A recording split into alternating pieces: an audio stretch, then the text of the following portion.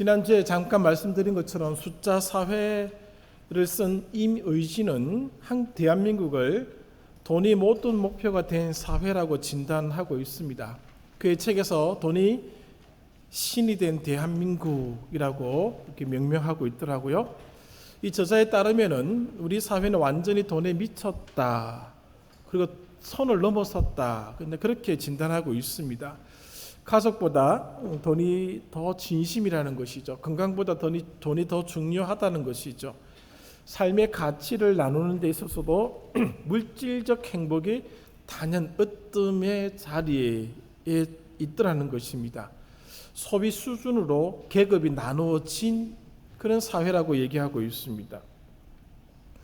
돈만 오직 믿을 수 있는 것이라고 그렇게 사회가 숫자 사회로 치닫고 있다는 것이죠. 우리 사회는 단순히 돈을 쫓는 것이 아니라 그 아래 깔린 욕망을 쫓는 것이라고 이 저자는 진단하고 있습니다. 여기서 문제는 무엇인가 하면은 기독교인, 비기독교인이 가려지지 않더라는 것이죠. 우리들도 마찬가지가 아닌가라는 것이 염려가 된다는 것입니다. 이 저자가 예수를 믿는 사람인지 아닌지 모르겠습니다.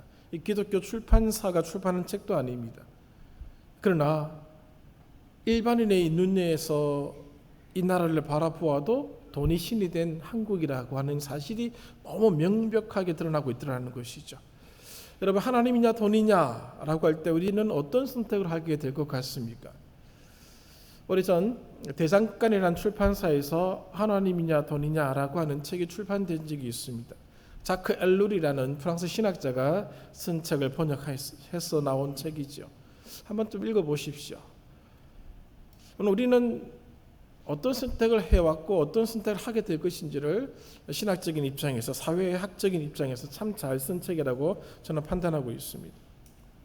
이런 현상과 사회를 향한 하나님의 적절한 말씀이 누가복음에 있습니다. 12장 16절 이하를 보시면은 이런 내용이 있죠. 어떤 부자가 있었습니다.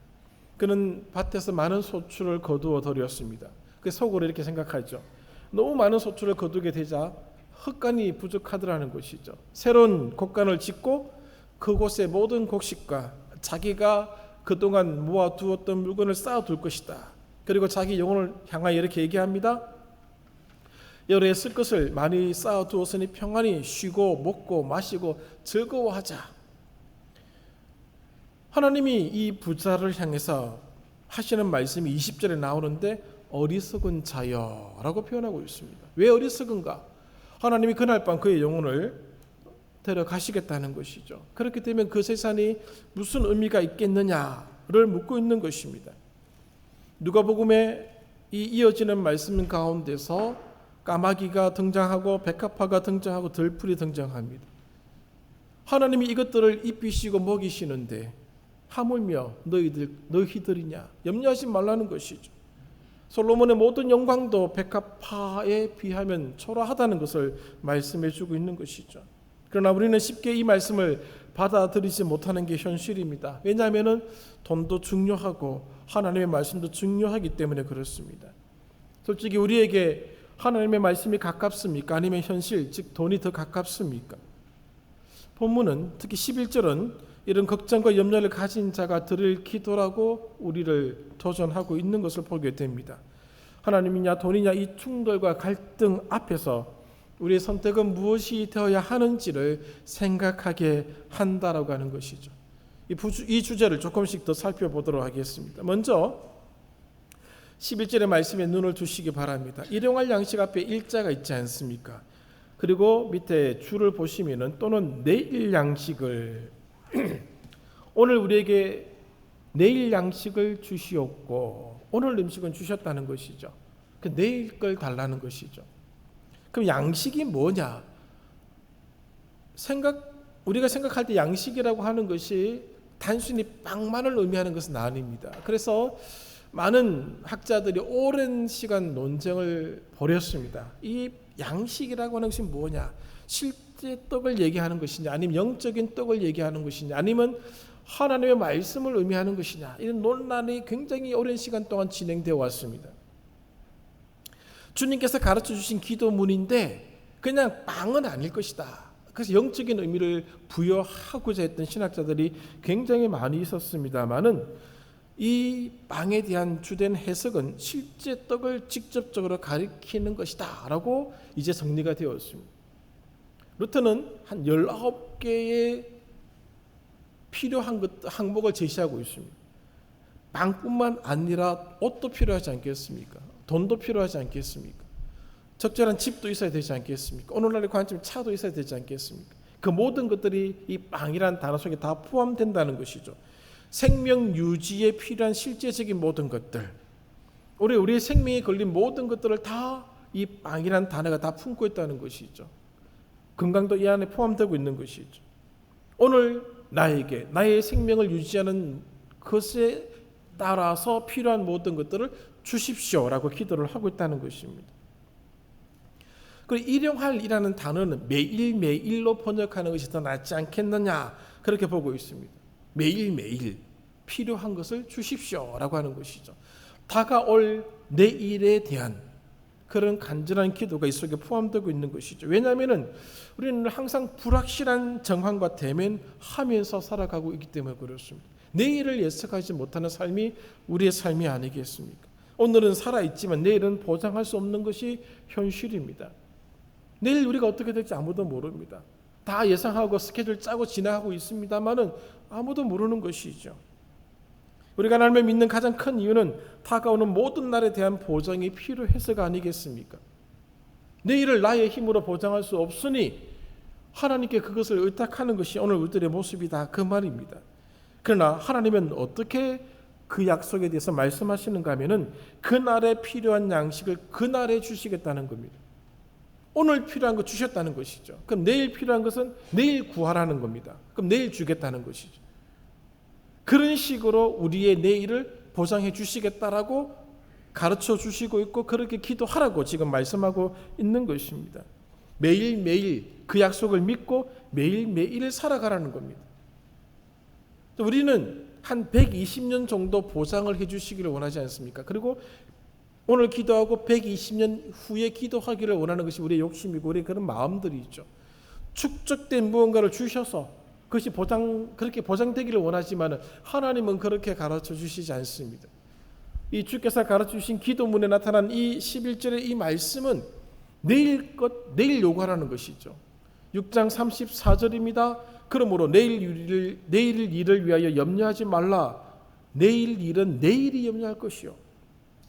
내일 것은 내일 가서 걱정하라는 겁니다. 오늘은 하나님이 필요한 것을 주셨으니 오늘 만족하고 감사하고 살아가라는 것이죠. 왜 염려하느냐는 것이죠. 들의 백합화가 공중에 나는 새들이 염려하고 살고 있더냐 묻고 있는 것입니다. 매일매일 하나님께 의지해서 사는 삶의 자세를 갖추라고 이 기도문은 오늘 우리들에게 도전하고 있는 것이죠. 왜 하나님은 평생 보장권을 주시지 않을까? 왜 일일 보장권을 주실까? 뭘 좀 주셔도 한 120년치 주시면 3대가 보장받고 먹고 살 수 있지 않습니까? 그렇게 해주시지 않더라는 것이죠. 광야 시절 이스라엘 백성들의 모습을 한번 생각해 보십시오. 광야라고 하는 이 현실은 오직 하나님만을 바라볼 수밖에 없는 현실입니다. 광야에서 물을 구할 수 있는 곳, 양식을 구할 수 있는 곳은 오직 하나님뿐이었습니다. 안식일을 제외하고는 이틀치를 주신 적이 없습니다. 그날 먹을 거 그날 주셨습니다. 그날 아침에 눈 떠서 만나가 있는 걸 확인하고 그들은 그것을 거두어 드렸습니다. 내일 만나가 내리지 않을 거 걱정할 필요가 없는 것이죠. 그들이 걱정한다고 만나가 내리고 걱정하지 않는다고 만나가 주어지지 않고 그런 것 아니다라고 하는 것이죠. 만나를 주실 때도 꼭 필요한 양만 주셨습니다. 우리가 그 광야 시대를 살고 있다고 한번 생각해 보십시오. 나가서 어떻게 거둬 드릴 것 같습니까? 우리라면은 바구니 큰 거 준비해가지고 있는 힘껏 다 해가지고 막 담을 겁니다. 저도 그럴 것이고 여기 계신 분들 딱 보면 전부 다 그럴 겁니다. 한 분만 안 그럴까? 근데 어떻게 말씀하고 있죠? 출애굽기 16장 18절 많이 거둔 자도 남지 않았고 적게 거둔 자도 모자라지 않았다는 것이죠. 하나님이 왜 이런 시간을 보내게 하셨을까? 오직 하나님만을 의지하게 만드는 훈련의 장소였습니다. 훈련의 시간이었습니다. 그러나 가나안 땅에 들어간 이스라엘 백성들의 모습을 한번 다시 떠올려 보시기를 바랍니다. 하나님을 향한 태도의 변화가 일어났습니다. 농사를 짓게 됩니다. 최소한 가을에 추수하고 봄에 추수하면 6개월을 보장받습니다. 6개월 동안 하나님을 찾을 일이 없어졌습니다. 광야 시절에는 매일매일 하나님이 함께 하신다는 것이 확인되었습니다. 그러나 가나안 땅에서는 농사가 풍년이 되면은 더 이상 하나님을 찾을 이유가 없는 것입니다. 급기 하나님을 버리는 일들이 일어나게 되었습니다. 하나님이 더 중요한 것이 아니라, 하나님과의 관계가 더 중요한 것이 아니라 농사가 풍년이냐 흉년이 될 것이냐가 그들에게는 초유의 관심사가 되었습니다. 그리고 농사를 관장하는 신이 더 중요한 신의 자리에 앉게 되었다는 것이죠. 여호와라는 신은 그들의 머릿속에 어떤 개념으로 남아 있었는가 하면은 전쟁의 신, 사막의 신입니다. 광야의 신이죠. 그러니까 농업의 신은 바알이었습니다. 농사를 짓고 풍년을 기대했던 그들의 마음속에 그들은 바알을 향한 집착으로 그들의 마음이 돌아서는 것이 가나안 땅에서의 모습이었다는 것이죠. 전쟁이 일어나지 않았으면 하나님을 찾을 필요가 없다라고 그들은 여겼던 것입니다. 그들의 그런 모습을 알기에 하나님은 40년이라는 긴 시간 동안에 매일매일 살아가는 법, 매일매일 하나님을 의지하는 훈련을 시키셨습니다. 그러나 그리 오래 가지만 못했습니다. 여기에 일용할 양식이라는 표현은 필요한 양식으로도 번역할 수 있다고 합니다. 이 양식은 군인 한 사람에 대한 하루치 배급량을 뜻한다고 합니다. 딱 그것만 구하라는 겁니다. 오늘 필요한 것이 무엇이냐는 것이지. 그 필요치 이상을 구할 필요가 없다는 것입니다. 내일 필요한 것은 내일 구하라고 말씀하고 있다는 것이죠. 왜 그만큼만 구하도록 가르쳐 주시는 것일까? 우리 생각에는 한 100년치 주시면 좋을 것 같은데 잠언 30장 7절부터 9절에서 그 힌트를 얻을 수 있습니다. 본문에는 그러한 설명이 없습니다. 잠언 3장 7절 이하의 말씀, 배가 부르면 하나님을 모른다고 선언하게 되고 너무 가난하면 도둑질하고 하나님의 이름을 욕되게 하기 때문이라.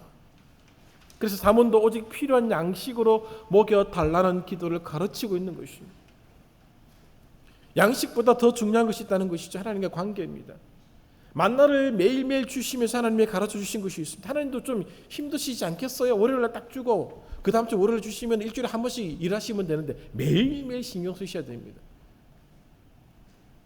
그렇게 하심으로 하나님의 관계가 이 양식보다 더 중요하다는 사실을 알려주고 있는 것입니다.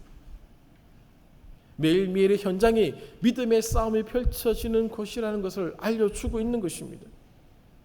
그러므로 오직 필요한 양식만을 구하라는 것이죠. 그러나 우리는 이 본능적으로 그 기도를 거부하고 있는 것이 사실입니다. 하루치보다는 이틀치가 좋지 않겠습니까? 옛날에는 여름이 되면 아이스박스에 얼음을 두고 그렇게 다 살아오셨지 않습니까? 지금은 냉장고가 2대, 3대, 4대, 5대, 6대까지 있는 그런 집들도 있다고 하고 뭐 지하에 막 냉장고만 쭉 있는 그런 집들도 있고 그걸 보면 부러워하고 인간의 마음은 축적의 마음입니다. 한 100년씩 축적하고 살면 참 좋겠지요. 보장받으면 좋겠지만은 성경은 한 번도 그렇게 가르치지 않고 있다는 것이죠. 오늘 필요한 건 오늘 구하라는 겁니다. 내일 필요한 건 내일 구하라는 것이고 내일 주시겠다는 것이죠. 이 믿음의 싸움을 하라는 것입니다. 이 치열하고 이 힘든 이 세상 속에서 정말 그렇게 살아갈 수 있을까? 우린 자꾸 의구심이 듭니다만 성경은 담대하게도 필요한 양식만 구하라는 것입니다. 왜 그렇게 기도하라고 하는가? 그 기도가 담고 있는 의미는 무엇인가? 몇 가지로 정리해 보았습니다.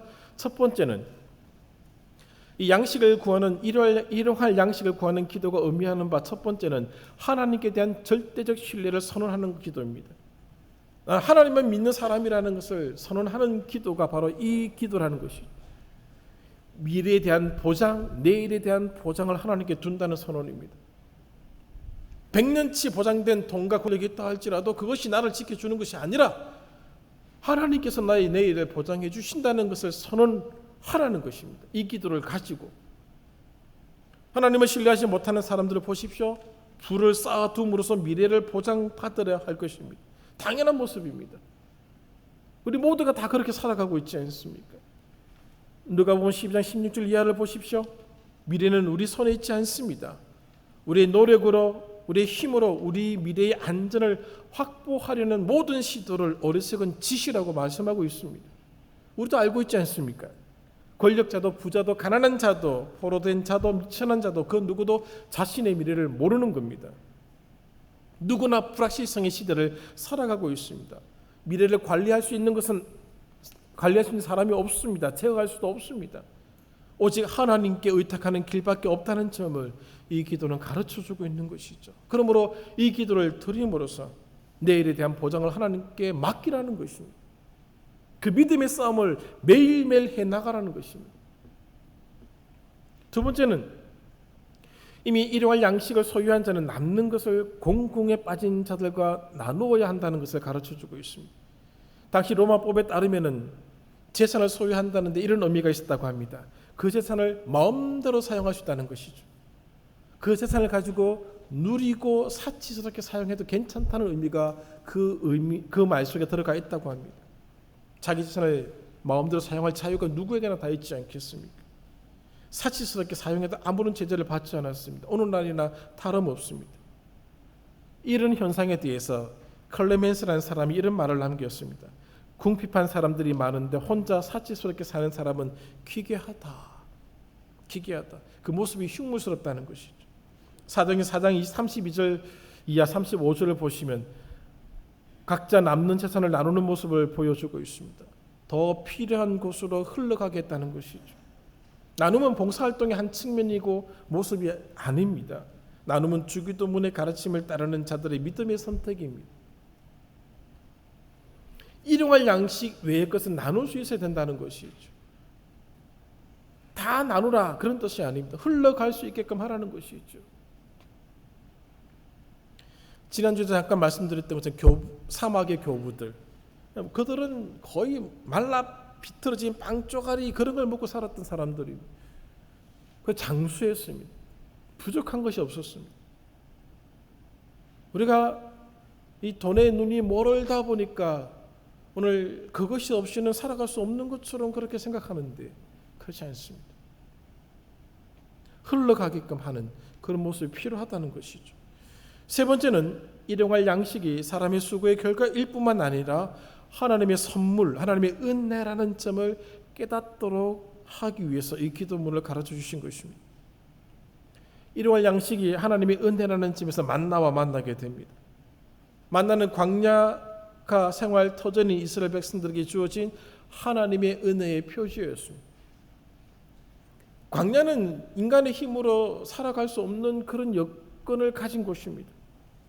수백만 명의 사람들이 하나님의 은혜가 아니고서는 어떻게 살아남을 수 있었겠습니까? 그들이 광야에서 굶어 죽은 사람이 한 명도 없다는 거 알고 계십니까? 불순종해서 죽었지 굶어서 죽지 않았습니다. 목말라 죽은 사람이 없습니다. 그들의 형편은 가난했고 굶주렸고 목말랐고 죽음이 늘 곁에 있었습니다마는 굶어 죽지 않았습니다. 굶주려 죽지 않았습니다. 가난했다고 해서 죽지 않았습니다. 하나님이 그들에게 만나를 주신 것은 단순한 빵 이상의 그 어떤 것이었습니다. 만나는 영원한 생명의 양식이었습니다. 오늘 하나님 만나를 주심으로 그들을 사랑하신다, 그들에게 은혜를 주신다라고 하는 것을 보여주셨다라고 하는 것이죠. 그걸 통해서 영원한 양식의 보증자가 하나님이시다라는 사실을 보여주셨습니다. 우리에게 일용할 양식을 주십시오라고 기도할 때 현재의 삶을 위해 꼭 필요한 최소한의 것을 달라는 의미도 이 기도 속에 있지만은 그와 동시에 이것을 보증으로 하여 우리 생명에 대한 영원한 보증도 보장해 달라는 의미가 이 기도문 속에 포함되어 있는 것이죠. 방법이 다를 뿐입니다. 오늘을 보장해 주시고 내일은 내일 또 보장해 주시고 그 다음 날 또 그 다음 날 하나님이 또 보장해 주시고 매일매일 보장을 받고 살아가는 그런 삶, 그런 믿음의 싸움을 할 때 하나님이 은혜를 주셔서 가능하게 해달라는 것입니다. 하나님의 은혜를 의존하는 것이 진정한 삶임을 가르쳐주고 있는 것이죠. 하나님의 은혜를 의존하는 것이 보상된 삶이라는 사실을 가르쳐주고 있는 것입니다. 본문은 양식을 위한 이 기도문은 인간의 힘으로 살지 않고 하나님의 은혜에 의지해서 살겠다는 기도이자 결단인 것입니다. 그걸 하라는 것이죠.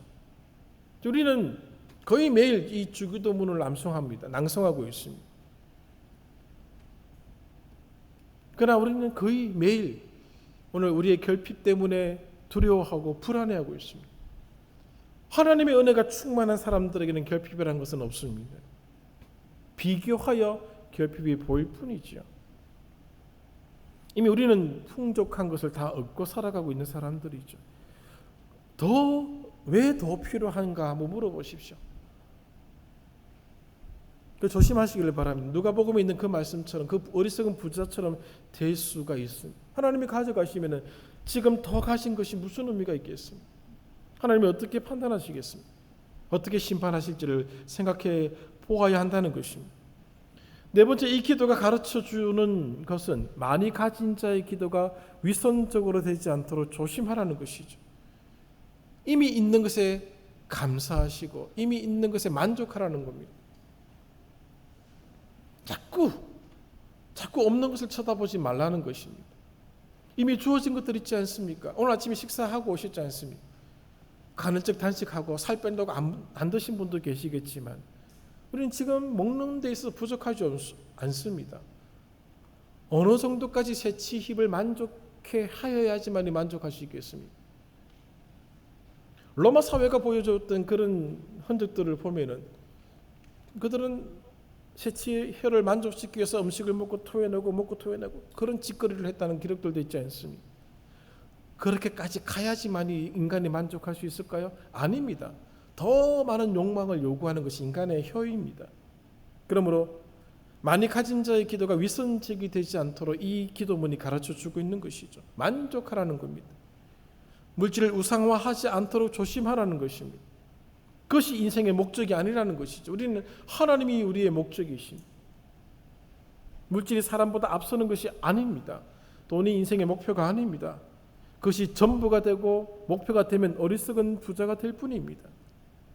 오늘 이 기도를 드리는 자들은 이것을 조심하라는 것이죠. 다섯 번째는 하나님을 의지하는 삶의 자세를 확립하라는 가르침입니다. 말씀드렸죠. 출애굽기 16장 18절 만나를 거둘 때 많이 거둔 자도 남지 않았습니다. 적게 거둔 자도 부족하지 않았습니다. 하나님을 의지하는 자에게는 부족함이 없다는 것이죠. 하나님은 각 사람이 먹을 만큼만 거두게 하셨습니다. 오늘 필요한 것만 구하십시오. 집을 지켜야 된다고 하나님 오늘은 탱크를 하나 주십시오. 옆집에서 저를 괴롭히니까 한 방 쏘고 싶습니다. 그렇게 할 필요가 없다는 것이죠. 오늘 필요한 것이 무엇입니까? 아침에 눈을 떠서 생각해 보십시오. 그래서 그것을 구하십시오. 그 믿음의 싸움을 하라는 것입니다. 이렇게 우리에게 이 기도문을 가르쳐 주신 이유는 우리의 삶에 욕심이 자리 잡지 못하도록 하기 위해서 그렇습니다. 욕심이 자꾸 우리에게 더를 요구하고 있습니다. 그러므로 그날 하나님께 의지해서 사는 삶의 자세를 갖추라는 것입니다. 그렇다고 그냥 골방에 처박혀서 그냥 입적 벌리고 알아서 챙겨주시든지 말든지 하라, 그렇게 가르쳐 주시는 기도문이 아닙니다. 오늘 우리에게 주신 달란트에 따라 최선을 다해 살아가야 됩니다. 그때 하나님은 그 삶을 보시고 우리의 필요를 채워 주신다는 것입니다. 오늘 하나님께 의지하고 살아가는 것이죠. 사실 내일 염려되는 것도 참 많이 있습니다. 그러나 그것은 내일 아침에 그날 염려하십시오. 그날 기도하시고 그날 채워주심을 경험하셔야 한다는 것입니다. 매일매일 내일 염려하고 지금까지 살아오셨지 않습니까? 지금 삶을 한번 돌아보십시오. 하나님이 다 채워주셨지 않습니까? 옛날보다 더 배가 고파서 더 힘들게 그냥 물로 배를 채우며 어제 살아오신 분 계십니까? 그런 분 아무도 계시지 않지 않습니까? 하나님이 지금까지 다 채워주시고 부족함 없게 인도해 주셨지 않습니까? 그런데 왜 내일을 염려하십니까? 그리스도인의 삶이란 돈이 목표가 아닙니다. 욕심을 이루기 위함도 아닙니다. 야망을 이루기 위함도 아닙니다. 솔로몬의 성전을 한번 생각해 보십시오. 저는 가끔 그런 생각해 봅니다. 왜 성전을 하나님 무너뜨리셨을까? 남겨두셨더라면 그 아름다운 성전을 우리가 한번 볼 수는 있지 않겠습니까? 화려하고 하나님을 정말 사랑했던 다윗과 솔로몬이 그 성전을 지어냈던 그 아름다운 모습을 한 번쯤 우리도 눈으로 구경할 수 있지 않겠습니까? 하나님 그걸 없애버리셨습니다. 하나님이 우리에게 원하시는 삶은 업적을 남기는 삶이 아닙니다. 이만큼 일을 했다는 것을 보여주기 위한 삶으로 우리의 삶을 부르신 것이 아닙니다. 오직 하나님을 기쁘시게 하는 삶, 하나님만이 목적이 되는 삶을 위하여 우리를 부르셨다는 것이죠. 이것을 위해서 매일매일 이렇게 기도하라는 겁니다. 우리의 삶이 세상 사람들의 삶과 다르다는 것을 보여주는 것이죠. 숫자에 얽매여서 그렇게 살아가는 세상과 우리는 전혀 다른 삶을 살아가고 있다는 것, 우리는 하나님 나라에 속한 백성임을 보여주는 삶, 그 삶의 모습 중에 하나가 일용할 양식을 구하는 겁니다. 세상 사람들은, 세상의 나라에 속한 사람들은 100년치, 200년치, 300년치를 구할지 몰라도 우리는 오늘 것을 구하는 것이죠. 그 두 삶이 충돌하고 싸우고 있는 것이죠. 우리의 삶은 하나님이 보장하십니다. 그들의 삶은 돈이 보장해 줄 것입니다. 돈이냐 하나님이냐, 그 싸움이라는 것이죠. 6장 24절, 한 사람이 두 주인을 섬기지 못할 것이니 혹 이를 미워하고 저를 사랑하거니와 혹 이를 중히 여기고 저를 경히 여김이라. 너희가 하나님과 재물을 겸하여 섬기지 못하느니라. 하나님이 주인이냐 재물이 주인이냐 둘 중에 하나를 선택하라는 그 의도의 말씀입니다. 결핍을 바라보지 마십시오. 일용할 양식을 위해서 기도하시면 됩니다. 무엇을 먹을까 입을까 마실까를 걱정하지 마십시오. 어제 입었던 옷 입는다고 부끄러워지는 것 아닙니다. 어제 신었던 신발 신는다고 부끄러워지는 것 아닙니다. 어제 먹었던 반찬 먹는다고 부끄러워지는 것 아닙니다. 부족한 것 아닙니다. 감사하며 입으면 되고, 감사하면서 먹으면 되고, 감사하면서 사용하면 되는 것이죠. 언제부터 우리에게 어제 반찬 못 먹겠다, 어제 국 못 먹겠다 그렇게 나왔습니까? 이스라엘 백성들은 40년 동안 매일 세끼 만나 먹었습니다. 나중에 질려버리지 않습니까? 만나를 좀 이렇게 다양하게 하나님 주신 적이 아닙니다. 중요한 것이 무엇이냐를 가르쳐주시는 것이죠. 그들의 옷이 헤어지지 않았습니다. 신발이 닳지 않았습니다. 똑같은 신발 40년 신는 것이죠. 똑같은 옷 40년 입었다는 뜻입니다.